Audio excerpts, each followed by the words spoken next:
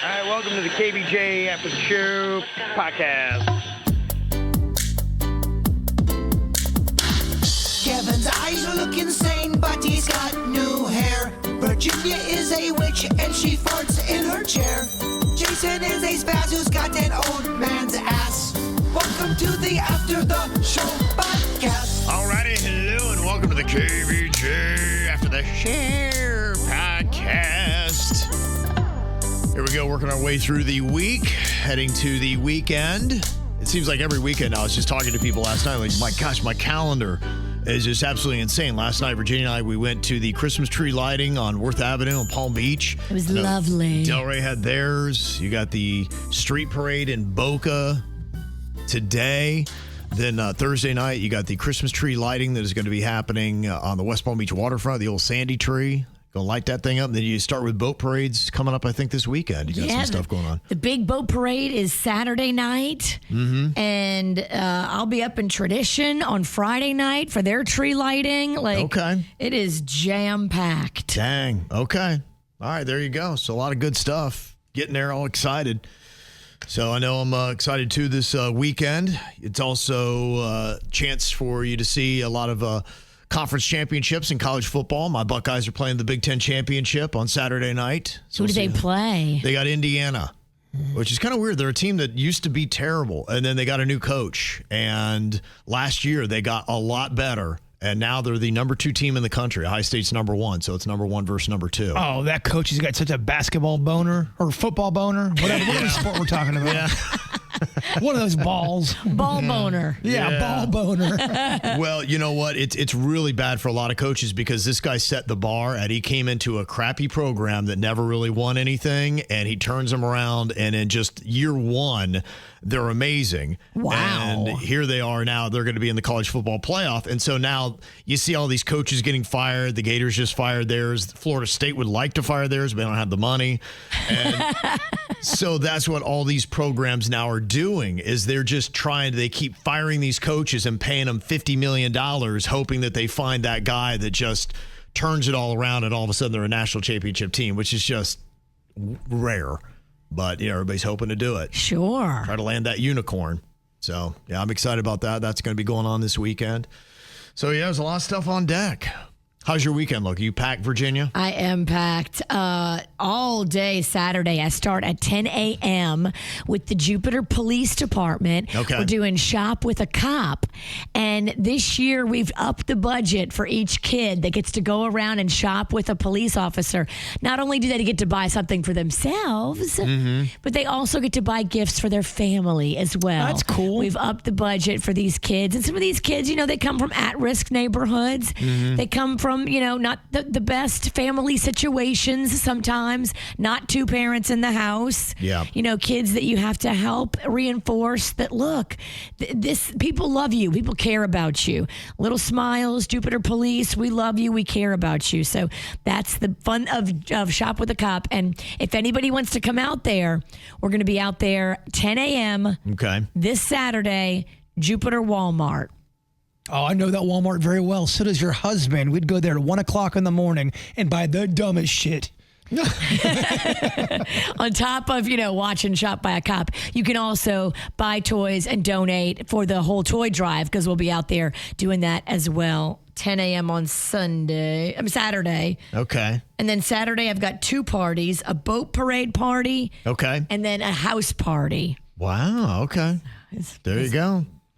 Birds, how's your calendar look? Is it as busy as Virginia's? Oh, my gosh. Even busier, Kev. Yeah. I've got 7 boats I'm going on. All of them tug, of course. Yes. You're gonna rub and tug. Yeah.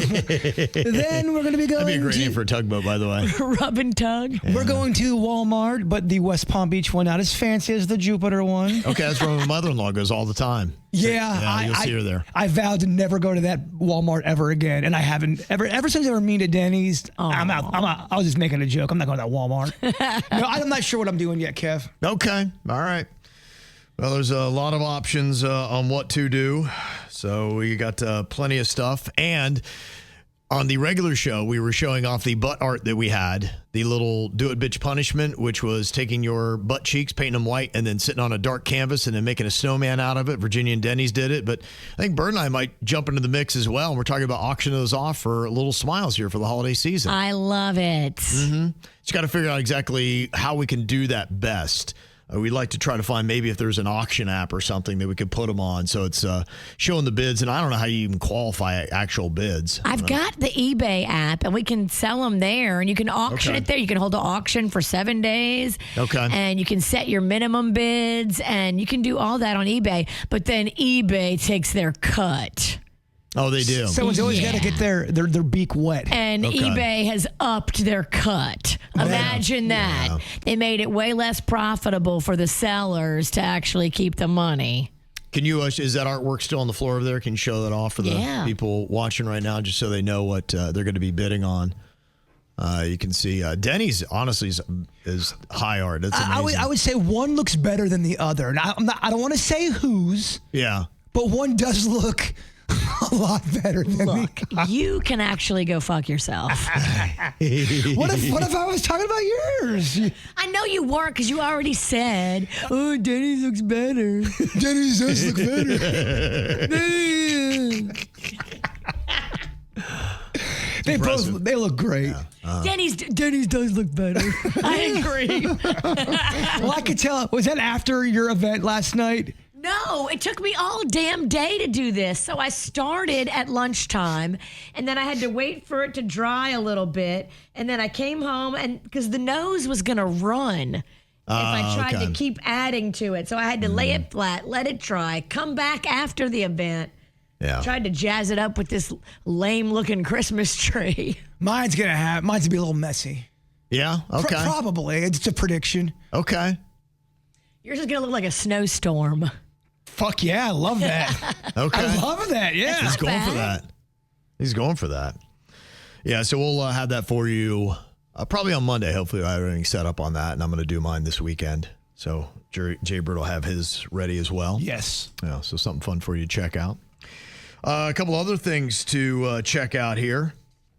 Stranger Things, Season 5. Hearing great things. I know, Bird, you started to get into it. They say that it's shattered streaming records by drawing 59.6 million views during its first 5 days. They say the debut marks the highest premiere week viewership for any English language Netflix series. It ranks third overall, only behind Squid Game Season 2 and 3. And the cool thing is I know there's 2 parts of it. You don't have to wait that long. I think what they're doing during the holiday break, I think that's when they release the second part of that season. I think so many people are going to be watching that thing. Yeah, they say that Season 5's performance represents a 171% increase from Season 4's 2022 premiere. So that's doing well. And that got 287 million hours watched or 22 million views over 3 days. They say that the new season, though, is just breaking all kinds of records, and it should be on Netflix's overall top 10 ever chart. It's supposed to be, people are saying it's great, Virginia. All right, I want to get into that one. I've seen little clips and snippets of it, and it looks good. Yeah, you know, it was years ago now that I watched Season 1, and I was okay with it, and then I heard it actually got better than Season 1, and so now that it's done, and if it's going to hold up, and people are like, yeah, you got to watch it. I still am going to wait to see how the thing finishes up, because they only released the first 4 episodes last week. They got 3 more premiering Christmas Day, and then the finale airs New Year's Eve. So starting first day in 2026, you'll be able to, know if it's really good or not. Well, they're really edging you, aren't they? Yeah, they are. Yeah, they are. So, and look, I've had a series, Hello Game of Thrones, where you got all the way down to the final season, the final episode. You're like, why'd I just waste all that freaking time? I remember one night I stayed up, I think it was 4 or 5 a.m. I'm like, I didn't realize what time it was. I'm like, holy crap, what have I done? Like, I've screwed my day, because everybody else in the family is going to be up in 2 hours. I remember that last season of Game of Thrones, about episode 3, I'm going, something don't smell right here. I'm not enjoying it like I enjoyed the other ones. Yeah, you could see kind of quick. There was just some weird, you could tell the writing had changed. And that was the problem. Successful show? Let's fuck it up by getting a different writer. Is that what happened? Yeah. Yeah. Stupid. What had happened was they wanted to finish the show before the books were done because the old coot that writes the books, he was just taking forever. He's one of those guys, can't rush me. I have to give you time. They're like going, dude may not have these books done ever because he's not young. You can't rush me. Yeah. And so I remember that was part of it. And then I think what had happened was right before that season, too, they waived a new Star Wars movie in front of the two writers. And you could kind of tell they mentally had checked out and their mind was on Star Wars. Because they were getting that Star Wars payday. Yeah, probably. And so I think it was a perfect storm of everything. It kind of made it suck. But I think Thrones had some bones. They were throwing at people. I'm sure they did have a great payday, but those guys already had that check. And then they were given the chance to get a second check. Double dipping, yeah. Double dipping. And they took their eye off the Thrones. Yeah. And they put it on the Star Wars. What are you doing? Sorry. Nothing. You look I can't say exactly constipated. what you're doing. From my perspective, I thought you just did a rub and tug. Tugboat. Sorry. I thought you just stood up and went, I was like, wow, all right. We're that comfortable with each other now, huh? Yeah. I apologize. I think we need to put up some more walls. got a big cramp all of a sudden. Okay. I apologize. I had a point, and for some reason it escaped me. Something else going on here. AI engineer Keith, he saved me some money here by checking out that Age of Disclosure. That was the documentary that they've done with a lot of reputable names. That's why it was interesting to me. And this was all about UAPs, basically UFOs, and the federal government, what they knew. Marco Rubio, who's a senator, he's prominent in it. A lot of NASA scientists, people who've been in the Air Force, had credentials, all that kind of stuff, talking about what they saw. And so I was like, oh, man, I went to go watch it because it dropped on Friday. And it was like $20 to rent for maybe 24 or 48 hours. And if you want to buy it, it was $35. I'm like, what? No. I'm like, it's a documentary. And there wasn't anything that, drew me in. The guy who put it together did a ton of interviews too. And I was watching a lot of his interviews trying to get little, breadcrumbs and whatever. And I was like, I don't know. I'm not hearing anything that makes me want to go watch this thing. Because he was regurgitating a lot of stuff I've heard before. It's just now you have more credible names saying the same thing. You know what you could do, which a lot of people on YouTube do now? If you wait a couple weeks, there should be commentary of people talking about that whole entire documentary. And that's kind of what I do now. If that interests me and they sell it for you, then I'll go watch the documentary. But you're right. If you're going to spend $35 and it's the same shit, right? I'm not down with that. Right, exactly. And that's what AI engineer Keith did here. He said, I watched Age of Disclosure after you mentioned it. My take is it's a solid, well-produced documentary, but if you've been following the UAP alien news for the last 10 years, you've really heard all this already. There's not any kind of like new holy crap footage. It's kind of like more like a good primer for people that haven't been paying attention. Thank you, AI engineer Keith, because that helps. Because I know he knows about this shit. He said the most compelling part is honestly the roster of high-level government folks all saying a consistent version of what they know, even though they can't share specifics because it's tied up in classified programs and sources and methods. A lot of the UAP info was detected with sensitive tech, so revealing details risks giving away capabilities, not just the alien story. He said overall good quality and pretty honest, factual, but a bit repetitive. Worth the watch if you want a primer. Definitely not worth $20 to rent or $35 to buy if you're already into the topic. That's why when they come up with a Billy Joel documentary or a Ted Bundy documentary, if you've been following all that stuff for so long, you already have all that. You're watching the same stuff over and over again. Yeah. If you've been following that kind of stuff. Couple of things that I have gotten out of it just watching some of his interviews that were new to me, at least. There was George W. Bush had told somebody, I can't remember who it was, that he had heard about one at an Air Force base. 3 alien craft came, 2 of them hovered, 1 of them actually landed, and they talked by telepathy and actually talked to Air Force officers and people on the base through telepathy. All that is classified, so they cannot tell you whatever was said in that. Another one was talking about some of the crafts, some of them as big as a football field.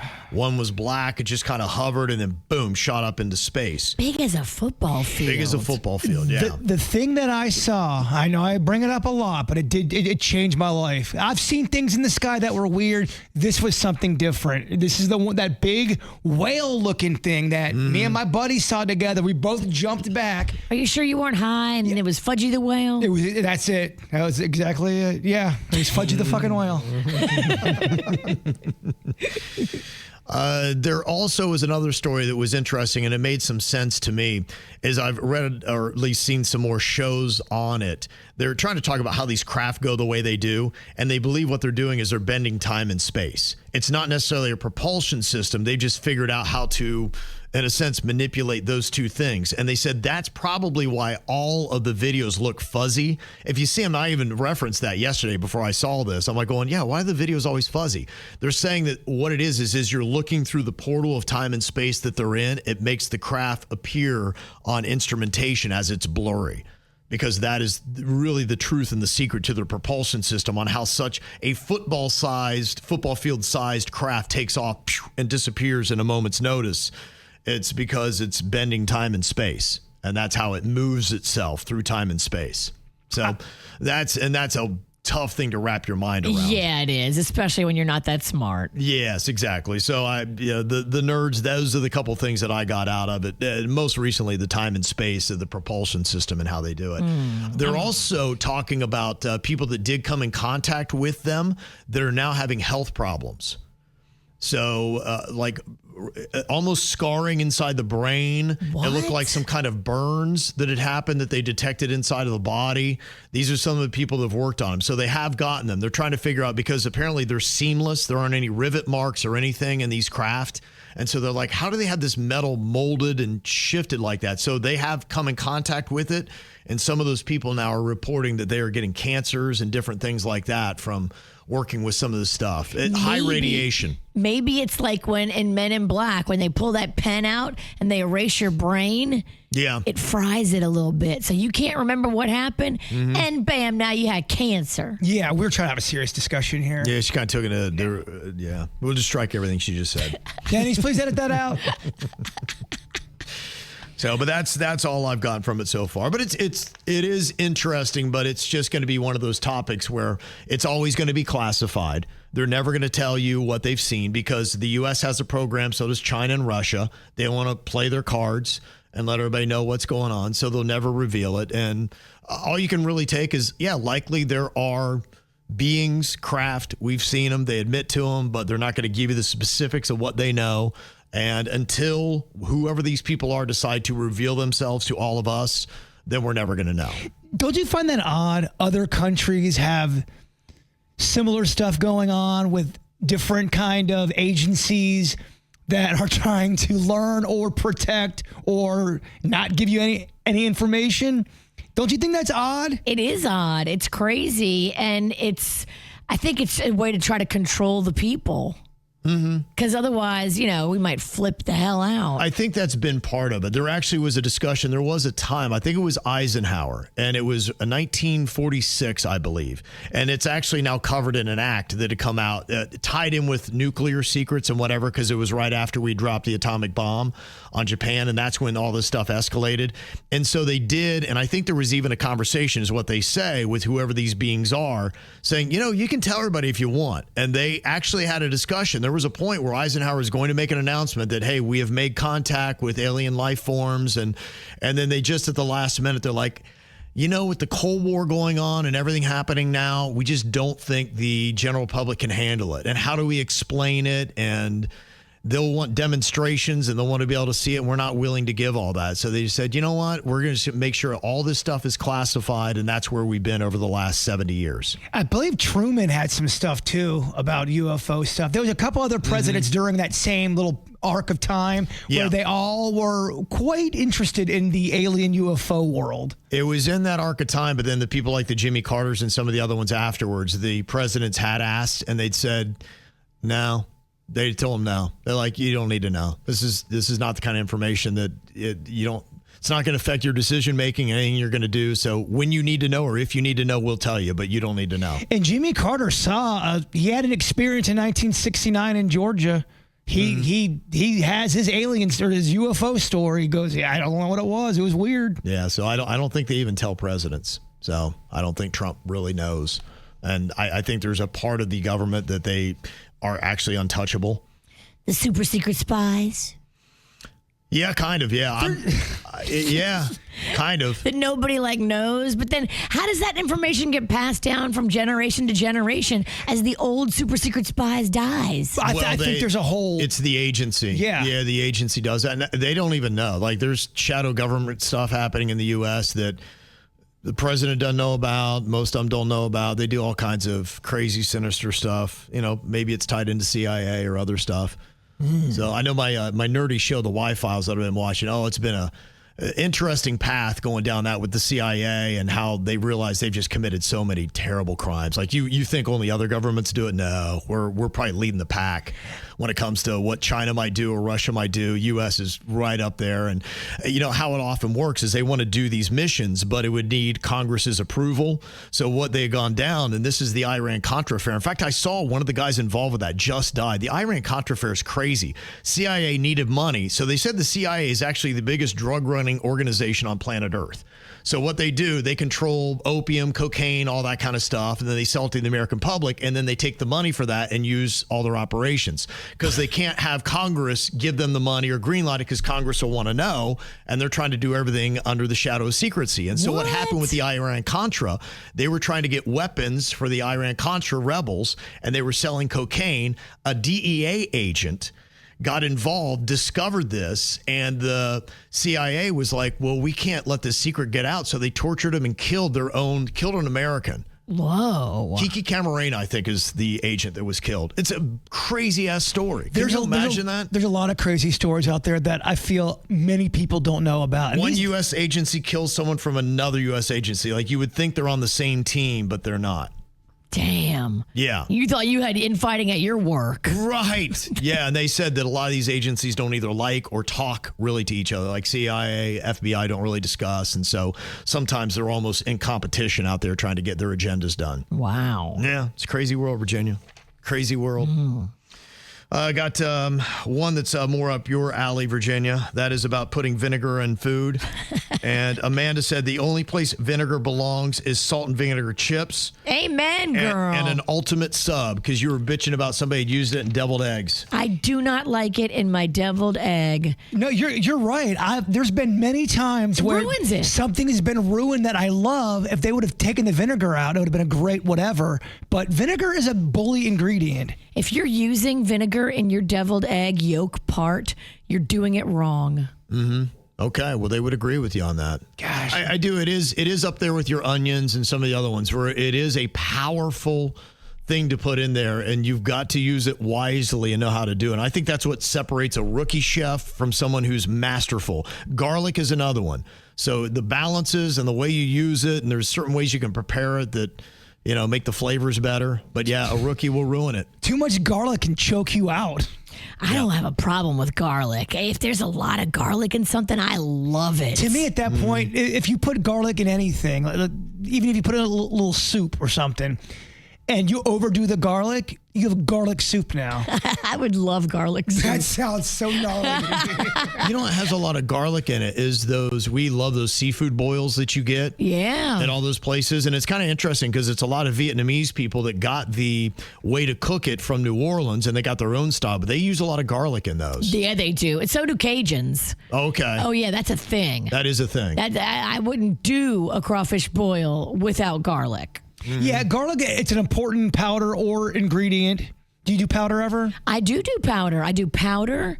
There's also a garlic salt. There's also granulated garlic. And then you have whole garlic. The only thing I won't do, because I think it's gross, is chopped garlic in a jar or a little thing where it's already pre-chopped. Mm-hmm. And you can tell. I don't use that. Yeah, you guys chop it yourself. You guys have made me look at jars now with a little side eye.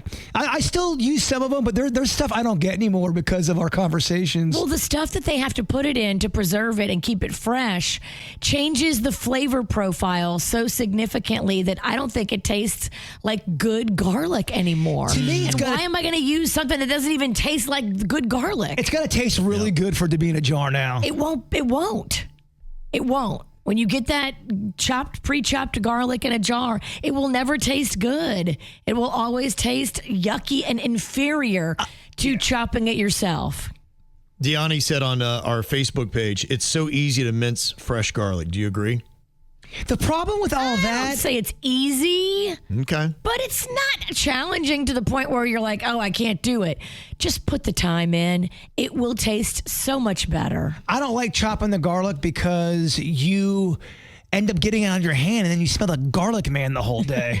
I mean, even with lemon, you can bathe in lemons and you still got a hint of garlic on you. That's why you get your husband in there and you have him cut the garlic. Okay. Put him to work. Yeah, I've done it before. It sucks. Onions make you cry. Does garlic? I've never minced it. No, not like onions. I think it makes you poop, Kev. Okay. Yeah, I haven't had. I mean, you may get a little bit of fumes from garlic, but it's nothing like onion. Okay. Well, another food comment here. This is from Tiffany. She said, Manhattan has shit pizza. Fight me. Wow. She said, regarding your show on December 1st, you had talked about how you went to Ray's Pizza in Manhattan and it was just crap. And I was really, it's one of the worst pieces of pizza that I've had. Damn. In a very, very long time. Honestly, probably in the last 5 years. And here I am in New York to get great pizza. And I'm like, it was thick. It was dry. Wasn't a lot of sauce. The undercarriage was burnt.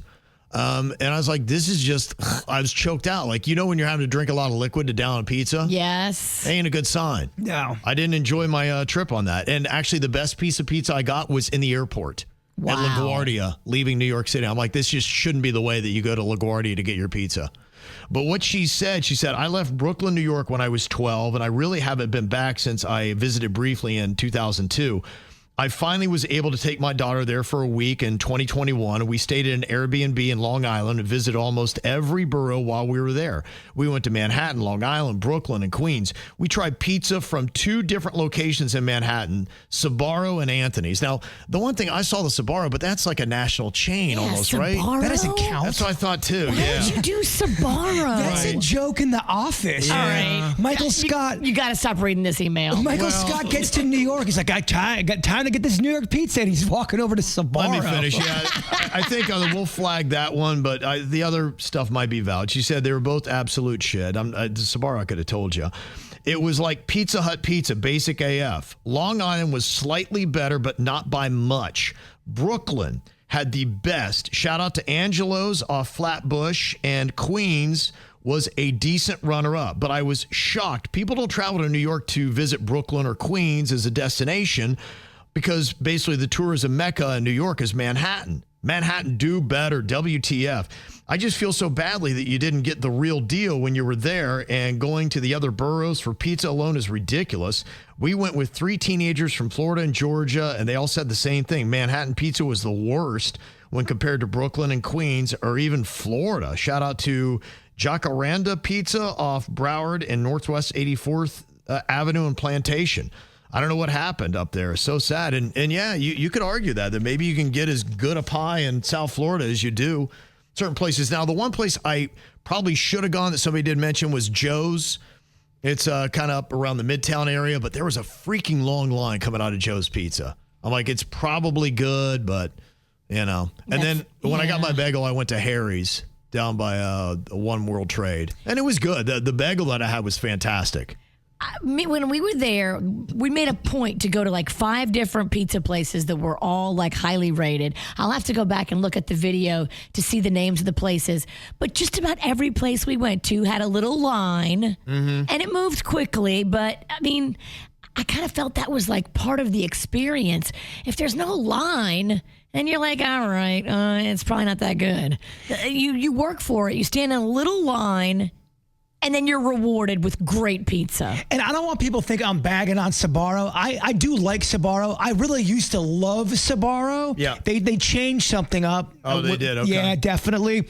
But I don't know where you guys lived at. Down here, Sbarro was a big deal when it came around. It was considered delicious pizza. Yeah, I don't think I was here when it debuted. It was here when I got here, I thought, back in 99. My family fucked it up with Sbarro. We loved it. And it was, it was always packed there. Something changed. Well, it might have. Look, I think as you expand, that's the hardest thing is, they always say you got to grow to scale. And so a lot of places, they just can't keep up and maintain quality at each location as they grow, and that might have happened to them. You'd go there for a pizza because it's in the food court, and you'd end up leaving with 9 bags of just noodles and not noodles, pasta, I should say. Noodles. I know. You are the shittiest Italian. I know. Send those emails to send those to Virginia. Actually, let's not fuck with Kevin. Enough people fuck with Kevin. Yeah, send those hate emails to Virginia. Call me Noodle Boy. Yeah, somebody had said that what she had said, the Jacaranda pizza or whatever it is, she said that says it all. They said that place is shit. So they said you have to disregard her comments, and maybe that's it. I don't know. What really does make good pizza? Is it all subjective? It is subjective, but you can also do research. There are many, many New York magazines and publications that have done the work and put the effort in. Do your research. Go read some articles. Go read some real New Yorkers talking about what they like the best, and then you go out there and try them. And Jamie Lynn said, Manhattan has good pizza. You just have to go to the sketchy spots. Everything else is a tourist trap. So get mugged, but get good pizza, or get shitty pizza and keep your wallet. Yeah, I'm wondering if Joe's is a tourist trap. And I didn't know that. I'm like, okay, so you couldn't tell. And I was trying to look, because sometimes New Yorkers have a look versus tourists. And so I was kind of just, eyeballing the line. I'm like, who's in that line? Are those really New Yorkers or are those tourists? And they look more like tourists to me. I'm like, I'm not going to fall for that. There's a great magazine. It's called Time Out New York, and I've trusted it for many, many years. They do surveys on everything, and they do rankers on everything. Time Out New York. Go by their thing. I went by their thing one year when they had the best bars and the best Christmas bars. And knocked it out the park with the Time Out New York list. They do great lists. Okay. Do they have My Place McSorley's in there? I don't know. Okay. I have to look and see. Yeah, because I was riding high. I told you a little bit about going to McSorley's old ale house, and I went to Ray's right afterwards, and I was riding high after coming out of McSorley's, and I'm like, well, now I'm going to get the best piece of pizza ever. I'm like, oh, Ray's, fuck. But the McSorley's was just one. You ever had those happy accidents? In fact, I got to get Gregory in here. This is so kind of random because my buddy Chet, I was down there and I'd seen somebody on Wall Street that he had taken a photo with a couple weeks before, and he'd sent it to me. I'm like, that's the same guy. And so I was texting my buddy, and he's like, if you're down there, you got to get over to McSorley's old ale house. He said, I used to go there when I was in high school. And I was like, no way, because I guess the drinking age was maybe 18. Yeah, when I was young in Louisiana, the drinking age was 18. It was great. Yeah. And so the amazing thing was I go into this place and, it's got a cool look. In fact, I'll show you an old photo of McSorley's Ale House there on the front. Oh, wow. And it's like that. There's 2 guys sitting out front. I go inside. It's kind of the middle of the day. Place is packed. And I'm like, oh, crap, man. And there's this dude that is just kind of, he's moving people around. It was the craziest thing. Like every table's full, but he says to 2 people, he's like, yeah, hey, can you guys move over? And then he puts Kim and I, the Mexican queen, in a spot, and he's just kind of directing traffic. And I was talking to this guy, and his name turned out to be Gregory. And he sat down with us, and we had a little bit of a chat. And the first thing he says, he's like, do you want, was it a dark or light? I think is the question you have. And Gregory just came into the studio here, my guy from McSorley's. And that's it. You just basically have the 2 kinds of beer, and that's it. Yeah. We're live? Yeah, you're live. You're on this. Well, you're on the podcast. Yeah, pop on up. Get your mouth close. Thanks for inviting me. Yeah. Kevin. This is great. Oh, thanks for coming in. Yeah, get right up on that microphone. Okay, cool. There, There you go. There you go. Awesome. Well, yeah, and so that was it. It was the dark or the light ale, and there's just empty mugs all over the bar, and you start looking around. I'm like, this place is crazy. In fact, my daughter Caitlin has on the shirt that Gregory gave us. If you can get a shot on that, look at that. The bar is 171 years old. Dang. Same location, same recipe of light and dark ale. That's crazy. crazy. Everything's to me. original on the inside. It's Wow. unlike any other place in New York City. Yeah. It's old timey. So does that mean it's haunted? Actually, there is a ghost lingering. John McSorley, the founder, he had a young daughter that was killed outside the bar by a horse and carriage. And supposedly at night, her spirit runs around and kicks the chairs around. Wow. That is cool. Now, I also got to meet his wife, Teresa, in there, who Yes. actually, she works the bar, runs the bar, and it's great to have them both She there. is the boss. And I just briefly got to talk to you last night. You guys had come out to the tree lighting on Palm Beach. Coincidentally, they're in town. And that's kind of how it all happened was he asked where we were from. I said, Palm Beach. He's like, oh, I'm going to be there next week. I'm like, you got to come to the tree lighting with us on Tuesday. I love it. How weird. And thanks for the invite. It was great. And so I've only talked to Gregory maybe 7 minutes total. And And now you're BFFs. Yeah. Well, you know what? He's that kind of guy. You ever see somebody and they've just got that personality. And to me, all the best bars I've been in, they have that person that they are the life of the bar. You walk in and they're just bringing everybody together. And to me, the most elite bars that had the best experience had somebody that was kind of like the ringmaster. And that's what he does. He's moving people I am the around. ringmaster. And all these, and so you wind up at tables with people you don't know and you're having these kind of conversations. And I'm like, this is just absolutely amazing. That's awesome. And your wife, Teresa, you were telling me last night, she was actually born on the 5th floor. Technically, she was born in a hospital. Okay. I love to say she was born on the 5th floor. She hates it when I say that. But yeah, that's where she lived the first couple of years of her life. And, she's been in that bar her whole entire life. She started working in the kitchen as a teenager on weekends and whatnot. And then after college, her father said to her, I think I'm going to put you behind the bar. And she was like, are you kidding me? Because McSorley's was men only for the first, 50 or so, 140 years. And Wow. we didn't let women until 1970, August 10th of 1970. And only by court order, 2 ladies walked into the bar in 1969 and were thrown out, and they sued us. And the case actually went to the New York State Supreme Court, and the judge ruled that no public establishment can bear anybody based on race, sex, creed, or gender. And it's called the McSorley Law because of that case. Wow. How And, about that, huh? So all the guys who have been working there have been with us for 50 years, 51 years, 45 years. And so when my late father-in-law, Matty Moore, suggested to his daughter, Teresa, to step in behind the bar, she thought, what are you kidding? Right, you throw what me are to these the guys going to wolves. say? Yeah. So she stepped in, and she has not been able to step out since. She absolutely loves it. It's her pure joy. That's cool. Well, that's good. You can tell you guys really love your place. Now, the thing that's amazing, not only the history, but it's like wooden floors. There's like sawdust on it. It looked like there was a wood burning stove. Yep, potbelly stove. Yeah. Which we still use. It's original to the place, and the sawdust. The same family's been bringing us the sawdust for 90 years, Oh, wow. and we sweep it up every night and throw fresh sawdust down every morning. Wow. And look at this photo if you're watching the video portion of this. This is actually McSorley's on a Saturday night in 1929 during Prohibition. At the height of Prohibition. They're packed. You guys Yeah. are packed serving booze during Prohibition in New York City? We always had just a beer license. John Okay. McSorley, the founder, didn't believe in the hard liquor. He thought that was the root of all evil. He's probably And- right. Yeah, I think he's right. My Not worst wrong. moves have been made after some vodka or gin. Yes.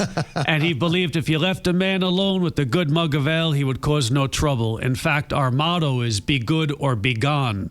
And it's unreal the amount of people we get in, the volume, the different types. We never have trouble at McSorley's. Maybe in the 80s cool. we had Yeah. some because the drinking age was 18 back then. And, Yeah. kids were stupid when they drink at that age. Still are. But honestly, it's amazing that we get, all types and we never have trouble because beer, in the end of the day, makes people happy or Yeah. puts them to sleep. Now, the thing that really grabbed me going into McSorley's is one in that photo I already showed you. It says welcome home, and you can tell there's a whole big vet type of thing that goes on there. I'm talking about. Yeah, that was 1944. That's when the soldiers started coming back from World War II. And this is the one that got me. My goodness, I'm showing you this photo right now. It's the lamps that they have. There's 2 of them just like that. That's over the main bar there at McSorley's. And you were saying as the men were going off to fight in World War I, they would take a wishbone. Yes. And they would put it up over the bar that connects the 2 lamps. And then when they would come back from war successfully, they would take down their wishbone. They would break it and say, we made it. That is still hanging there. It's still loaded with wishbones. These are the ones that were never retrieved after the war. Wow. And that's over 100 years. Yeah, it's one of the most special things inside McSorley's. That's amazing. I mean, how many bars have something like that just, you're looking at a piece of history right there and like, wow. That'll bring you to tears in your beers. Yeah. Yes, you're right. That's too much. So heavy, Kevy. And what is this photo right here, Gregory? That's 1954. That's the 100th anniversary of McSorley's. And as you can see, it's all men. Oh, Yeah, there's no tail in there. Big old sausage party. One of the reasons One big old circle jerk. for the main Beer makes you gay, too. Beer makes you gay. the main reason it was men only, because in the 19th century, the only women who were in bars were prostitutes, and John McSorley was a devout Catholic, and he didn't want any of that. Ah, okay. It makes sense now. That's crazy. But if you want to see Gregory in action, what he looks like, look at how many little pint glasses he has there. That's what he looks like. He's hauling beer. His wife is pulling them up, and Yep, he's just she delivering pours them, and I deliver them. Yeah. And it's 20 at a time, at least. That's awesome. Yeah, and how many ounces are in one of your mugs? You have a McSorley's? 8. Okay, 8. So yeah, you get 2 right away. So you got basically 16 ounces of beer, and they're just empty mugs all over McSorley's. And We have it's just a warehouse in New Jersey with just mugs. Wow. I believe it. And Thousands of mugs. That's kind of the look of it. It's so unique in so many ways. Like I said, if you ever go to the city, that is definitely a place you got to put on your thing. Go check out McSorley's to get the history and everything involved with it. And I can't wait. I'm going to go have lunch with Gregory, because just talking to him last night, there's a lot layers on this onion. So Hey. I have a quick question. And so in 1970, that's when women are finally allowed in there. Is that how all the bars were? No, just McSorley's. Gotcha. Yeah, they sued us and they won. Yep. You were trying to be a private gentleman's club, kind of like, I get it. But we didn't put the ladies' restroom in until 1986. Oh, so ladies could come in, but they couldn't piss? That was one of the reasons we had a lot of trouble in the 80s, because you had young guys, 18 years old, and their girlfriends were peeing in our urinals. Oh, yeah. It's the 80s. What could go wrong? The 80s, people are on cocaine probably. That must So have been much tough. cocaine. In the East Village, yep. Yeah. And the other thing I love about McSorley's too, it is kind of a destination where it's not, somebody says on a main path. No, you kind of are going a little bit down the side street we're to get off there. the main street, and East 7th Street doesn't run entirely from the east side to the west side. Okay. So it stops at 3rd Avenue at Cooper's Union there. Okay. And so a lot of people can't find it if they're coming from the west side. They're looking for 7th Street. There's no 7th Street on the west side. It's in between 2nd and 3rd Avenue. Yes. On the east side, on 7th. It's tricky. Yeah. I'm looking at the map now, and I'm like, oh, yeah, that would kind of mess with people because of 7th not going all the way through. Yeah. Now, is this the only location you have, Gregory? Yes, this is it. The This one is and it. only. The one and Not only. affiliated with any other bar anywhere in the world. Wow. All right. Well, everybody needs to go in there and say hi to you on their adventure to New York City. Yeah. Thank you. Also, too, I love your shirt. Dolly Parton. Dolly Parton. That's right. This That's shirt right. makes everybody happy. It It's all about does. positive vibes. I love it. It is, and that's what the whole place is about. So go check them out. Thank you for coming in, Gregory. Hey, thank you for having me. All right, man. An honor. Appreciate it. Where are you going to lunch? Y'all going to lunch together? We'll figure that out. We got to have that discussion. Yeah. I love it. Yeah. Make a Got that. video. Okay, we definitely will. Well, thank you all for locking in. Hopefully back on YouTube tomorrow. Appreciate everybody. Checked us out on Facebook and some of the other platforms. But like I said, the videos that you've missed, we've been recording them and we'll be getting them up there. So on Spotify, yesterday's show is up. So is the after the show. So we'll be doing the same on Spotify. If you're not checking us out there, do it and subscribe. We'll see y'all back here tomorrow. Goodbye.